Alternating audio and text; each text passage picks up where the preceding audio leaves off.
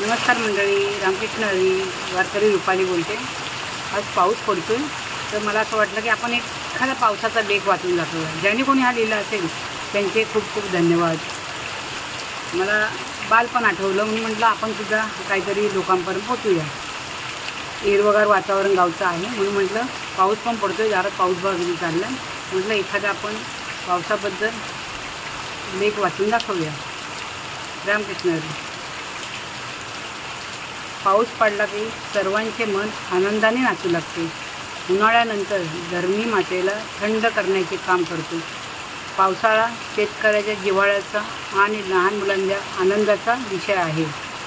पावसाळा माझा आवडता ऋतू आहे.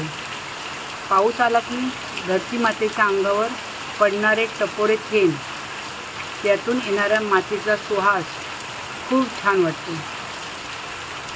जूनच्या पहिल्या आठवड्यात पावसाची सुरुवात होते. आकाशामध्ये काळे ढग जमू लागतात. थंड वारा वाहू लागतो आणि पावसाळा सुरू होतो. मोर आनंदाने पिसारा हलवून नाचू लागतात.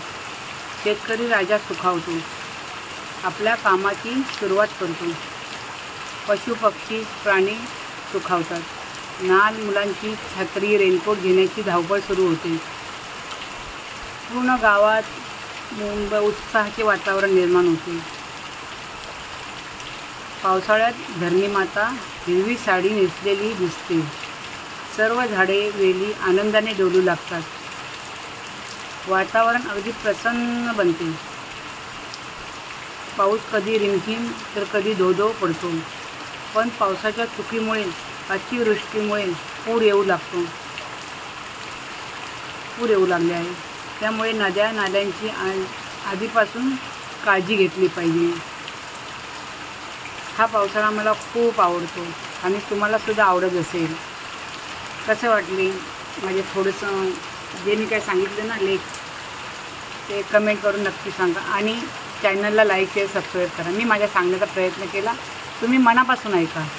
जे काय मी सांगते, मी प्रयत्न जे करते ना त्या प्रयत्नाला मला यश द्या आणि मनापासून ऐका. तुमची खूप खूप आभार.